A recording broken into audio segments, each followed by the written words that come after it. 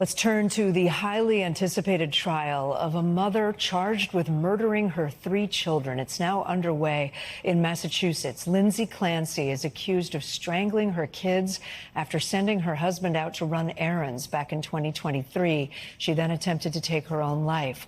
Clancy's defense argues that she was suffering from severe postpartum psychosis and was over-medicated at the time. She has pleaded not guilty, but prosecutors argue she carefully planned the gruesome crimes.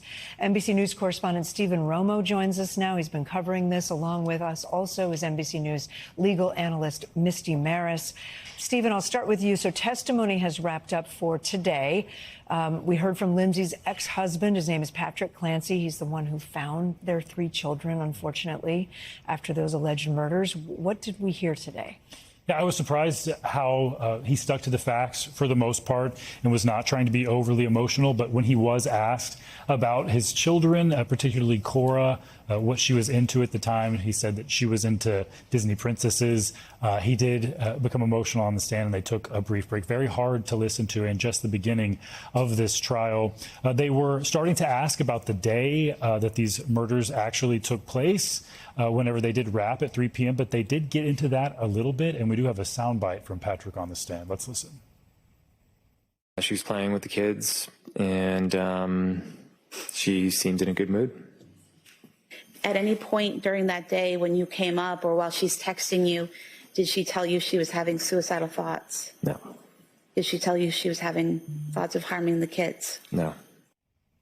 Now, Patrick Clancy is an interesting witness because he's on the list for both the prosecution and the defense. Obviously, for the prosecution, he was the one that found the bodies in the basement, so they're going to want to get those details. But also for the defense, he has continued to stand by his ex-wife and the fact that saying that she was sick and she was not a monster. So it'll be interesting to see how his testimony plays out. Yeah, pick up on that, Misty. How could his words help either the prosecution or the defense? So for the prosecution, you can see there's a lot of focus on the days leading up to the basis for these charges, to the killings. And what the prosecution is asking is about her demeanor, whether or not she seemed to be okay. Has she expressed these feelings of suicidal ideations? In fact, they showed some videos of a few days before where the family is at a water park and she's depicted in those videos. She's normal. She's doing everything that you would expect her to be doing. So that's to set the tone for her mental state on that day, which prosecutors said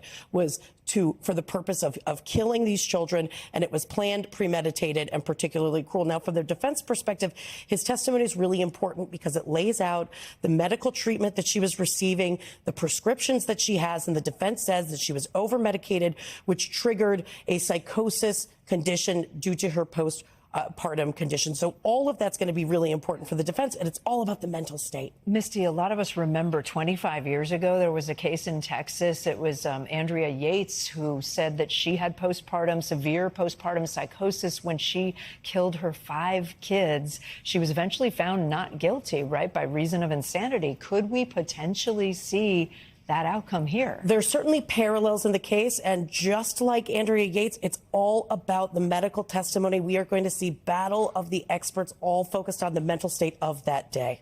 All right, Misty Marris, Stephen Romo following that. Thank you.